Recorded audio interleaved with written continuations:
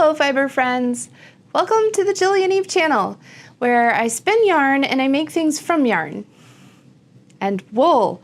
Today I'm making something with wool.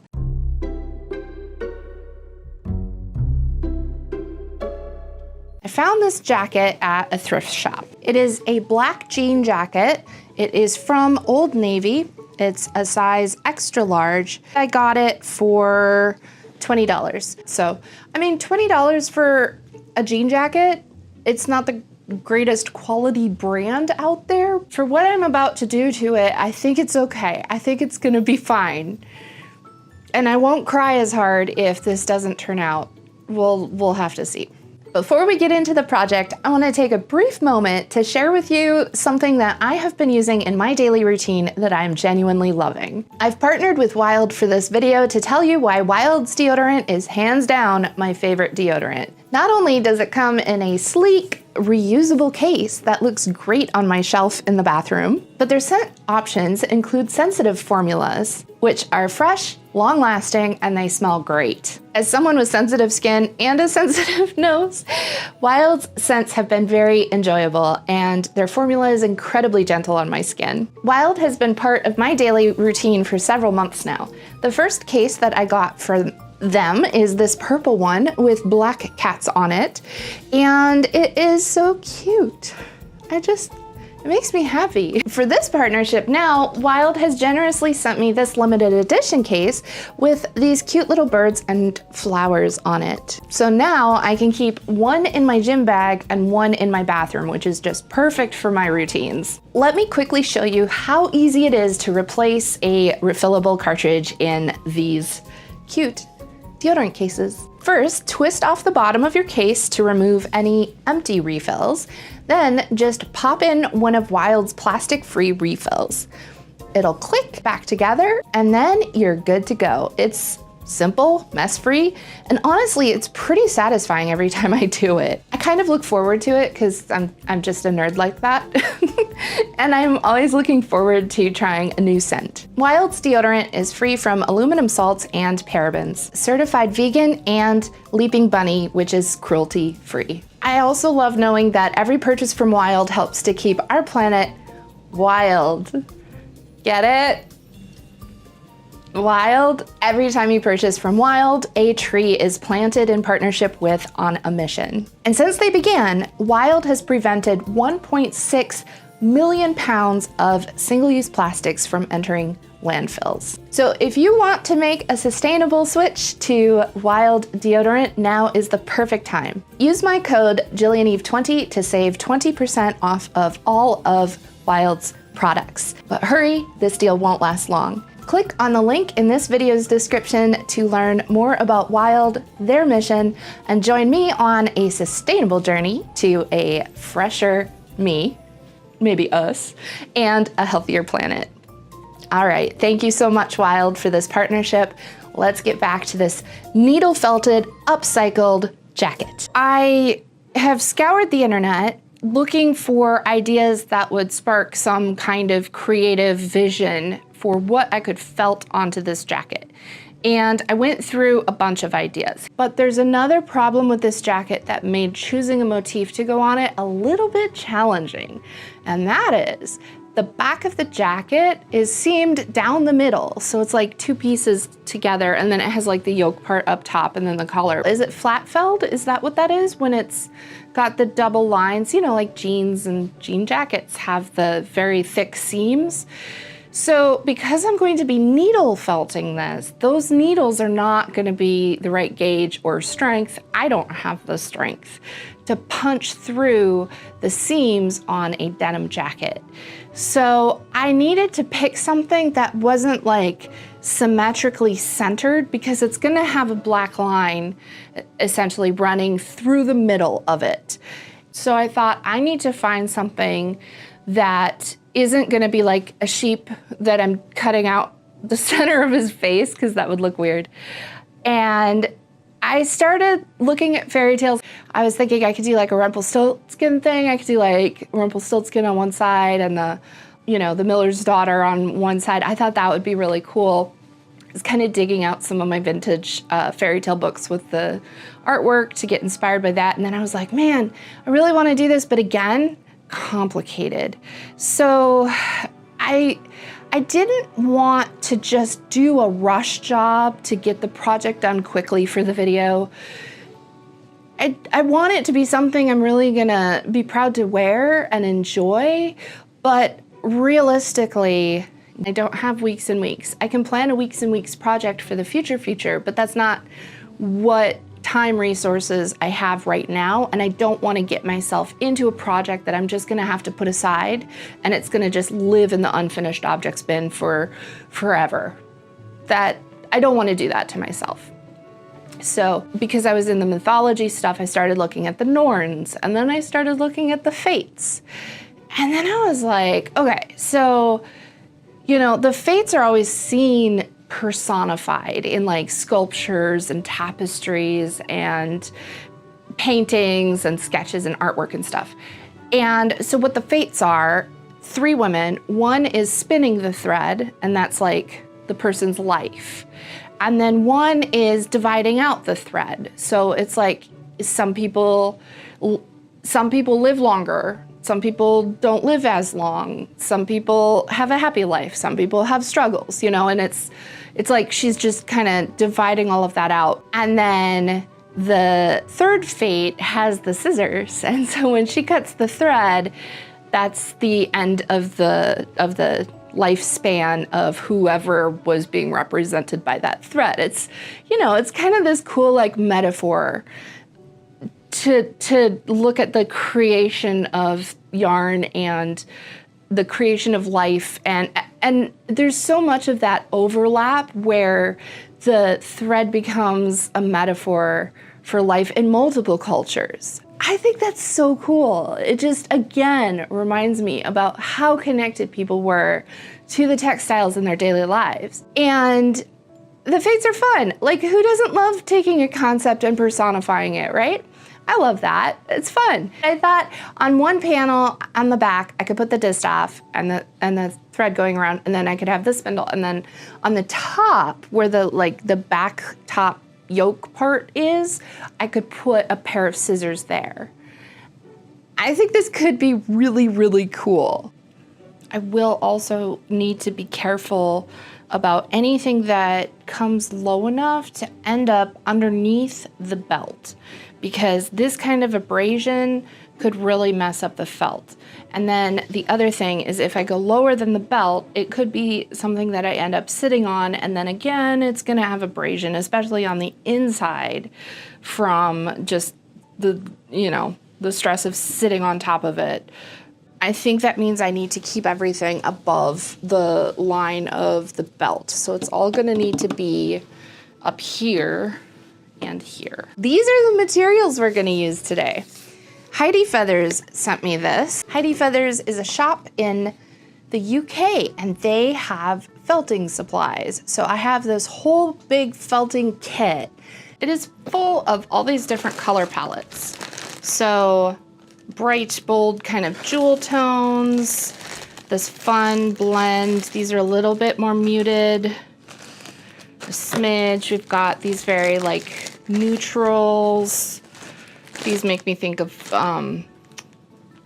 woodland creatures. And we have eyes for doing little critters if we wanted to try that. Maybe that's another project in the future. We have needles, the needle felting needles, handle to put the needles in that we can punch with. We'll get there. And then I love this pad. This felt wool pad is fantastic. I've used like foam, the kind that you would find on the inside of a cushion or something, like a couch cushion kind of foam. And I did not like it very much, but at that time it was kind of the only solution I could think of, because I didn't have a felt pad like this, and I love this. That's gonna be incredibly helpful. This did come with 6 felting projects, so if I have some leftovers, I might just do some of these projects for funsies. I love the little bird and the penguin. What a cutie. Here's the Heidi Feathers info, and I'll have that in the video description as well if you wanted to try some needle felting yourself. To start, I want to kind of plan out my colors. I would love to do this as like a branch, because I feel like if this is a metaphor for life, then, you know, like having a branch is life. I mean, because the tree is alive. Right?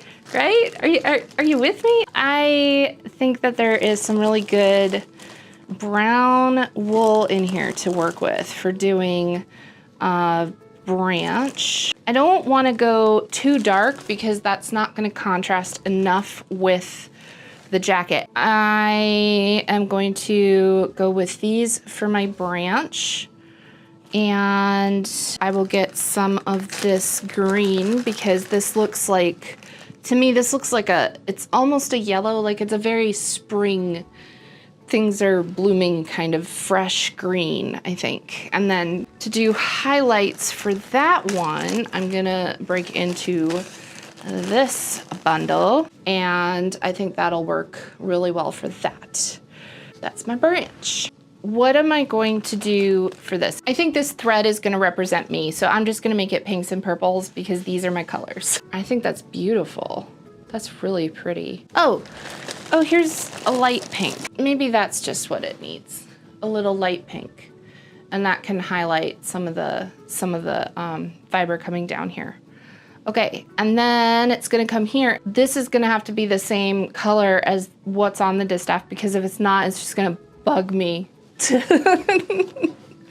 It's on the back, I won't have to look at it, but I might see it sometimes. The scissors, of course, are gonna be metal, but metal can be lots of different colors too, right? Like we could have sort of like a brass or like a bronze. There was a gray somewhere. I think I moved it out of the way. Do we want to introduce a bird? I think the bird is fun and it's very iconic, right? Like if I think of Victorian scissors, I think of this bird. I also really like the little swirly details on these. I think this one's too complex. I could do that if that was like the focus, the only thing I was doing, but I think for right now, sorry bird, you'll have to wait for another day. I think these three colors are my scissors here. So this is awesome, having such a great palette to work with. I have enough colors to make it make sense. I have sticks, I have leaves, I have yarn, I have wool on a distaff also, and I have scissors, blades, and there's plenty here to do some other fun projects with as well. So I'm gonna just put all of this stuff to the side, and then if I need another color, I can dip into something in here. Let's get these needles set up. Felting is very ancient, but needle felting is fairly recent. It was in the 1980s when someone took a look at the needles that were used for felting machines and said, hey, I could do this on a small scale and I can have some really cool felted effects if I use this type of needle. And then needle felting as a hobby became a thing. The reason the needles matter is because there's two kinds of felting.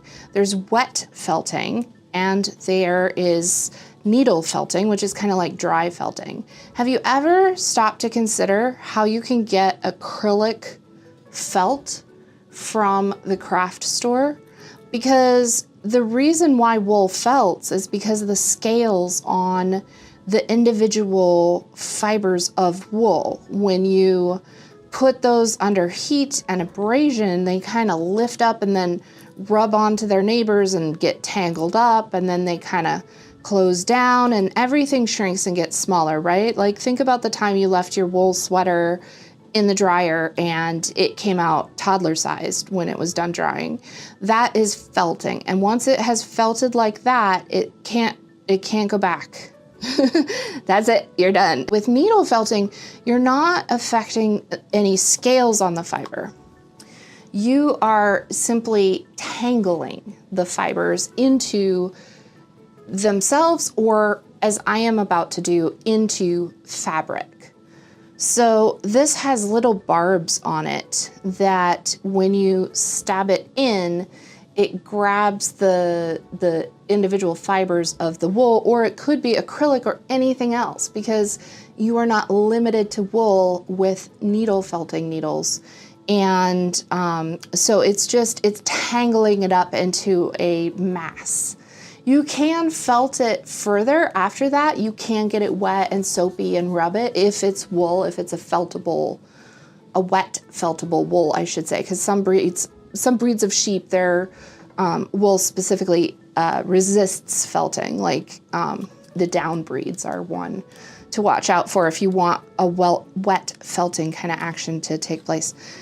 So anyway, that was the briefest of histories on needle felting. It's a fairly new craft since the 80s, although wet felting with wool is ancient. Think about someone, picking up a little clump of wool that they found while they were watching their sheep. They don't spin yet. They're just watching the sheep, maybe for dinner. And there's a clump of wool and they stick it in their shoe, and then they walk on it, and oh my goodness, it's like Neolithic Dr. Scholl's now, because it got wet from foot sweat, ew, and it's warm from feet, and it had friction from walking on it, and so then it felted down into a pad inside the shoe. Probably you could do that with a horse as well, like put a fleece on the horse's back and then ride around on that, and it's gonna get wet and it's gonna have friction and it's gonna shrink up and get into a felted, non-woven fabric type of structure. So felting probably happened easily accidentally, very easily accidentally. We're fairly certain that felted wool has been a thing for millennia, multiple millennia, ages and ages and ages. Since people have been interacting with sheep, felt has probably existed. I draped the jacket over a spinning wheel. I needed to get sort of a distant look at it to see how it's going. And I love it so far. I love the leaves, and I love that I did a branch. I love that the wool is sort of, wow, blow out the color. Come on, camera. I love that I did the wool kind of leaning that way, and then the yarn is going to come off of that bit right there. I wanted it to lean because when I'm pulling, that's literally what it does on a distaff. I always get the floof that is, coming out on the side where I'm spinning, and I always have to keep turning it, but I thought that was just kind of a neat detail. I thought I could have done it tighter on the little tie-up that I put on there, but it's fine. You get the effect of it, and I like that I made it puffy because that means visually there's more interest. There's something to look at. There's more pink. So I like that. I think it's pretty cool. Friends, I'd like to share some feelings that I'm having about this project because I think it's worth sharing. I think I'm probably not the only one who has these kinds of feelings about projects. So hear me out because I need to fully explain what's going on. It's a little bit complicated because I'm a human and humans are complicated. I haven't done needle felting in a very long time. And unlike knitting, where I feel like I can just follow steps, there's a little bit more ambiguity when it comes to needle felting. I really have to kind of mentally analyze the object while I'm choosing the fibers to layer onto the image.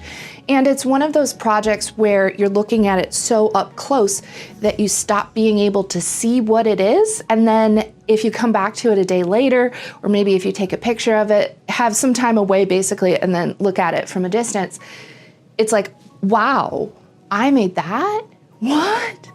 But there's a real sense of insecurity in the project when I'm actually doing the needle felting. And it's okay for me to feel insecure. It's okay for me to feel like it's, you know, not a great thing that I made.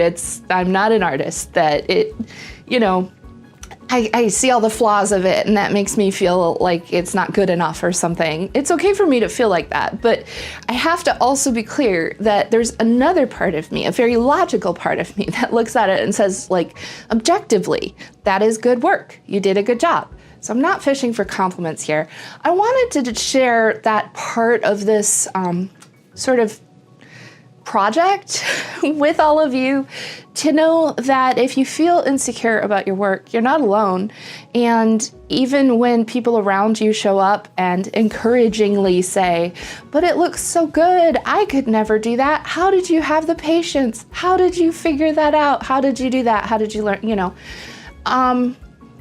it's sometimes we just still feel insecure, and I'm not sure what to do about that other than to keep plugging on and maybe give a little bit more weight to the side of me that says this is good, and enjoy the aspects of it that do turn out well. And when the project's done, stop focusing on the imperfections that I see, because probably I'm the only one seeing those imperfections. But that's kind of an emotional balancing act that takes a little practice, maybe. It's not the easiest thing. And putting all of this in a YouTube video is a little bit vulnerable. And I'm not sure what else to say about it other than that. So let's get back to the felting. I have one last part to add, and that is the thread itself. I was thinking that I wanted to make it bright pink so that it really pops against this black background, and I'm glad I made that choice. I didn't want it to just go, you know, yarn, scissors, spindle, like that seems too predictable. I really wanted to have it kind of loop around, maybe come up behind and then over the scissors, and then to the hook, and then down and build up a cop on the spindle. I just want it to feel organic, like it has some movement to it. Maybe we'll go up this way, and that way there's it's coming out with the dark pink here, but it's coming back up with the light pink area, so there'll still be contrast there, and that will help it feel separate. You know what? If you have a string and you have scissors, it's gonna kind of push if the scissors are pushing. So I think if I actually came over a little bit more like this, it's gonna look more like the scissors are pushing into that yarn, and I think that might actually look kind of cool. So if I angle it that way, and then I angle it that way, that might look really, really cool. And then I'll come down to the hook, and then from the hook, we go to the side of the spindle, like that, and then I'll build up the cop here, like that. And I put the spindle stick pretty faint right here so that when I put the cop, it's not gonna really stick up, but I did want it to have a good, like, I don't know, it feels cohesive to do the whole stick rather than to just leave a gap, but it's not as thick here as it is down here, so. Okay, I think that's going to look pretty cool.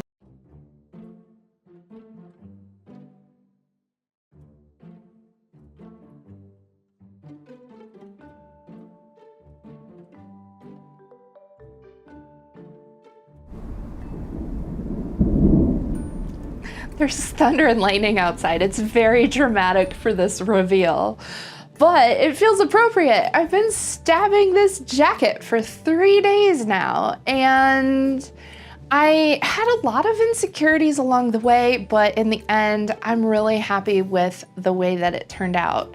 I think the last thing that I might do to finish it is to put a fusible like interfacing or like a iron-on patch or something like that on the inside of it, because that will help protect where all of the wool has been stabbed through the fabric.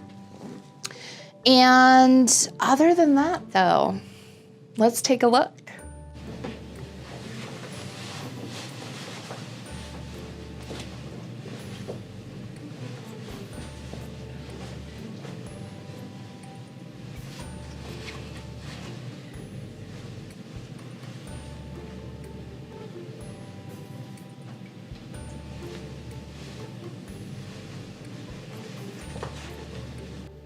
I haven't even seen it in the mirror yet. I'm trying to sneak a peek in the viewfinder on the camera. It's pretty cool, right? Does it look cool? I don't know. I have to go find a mirror.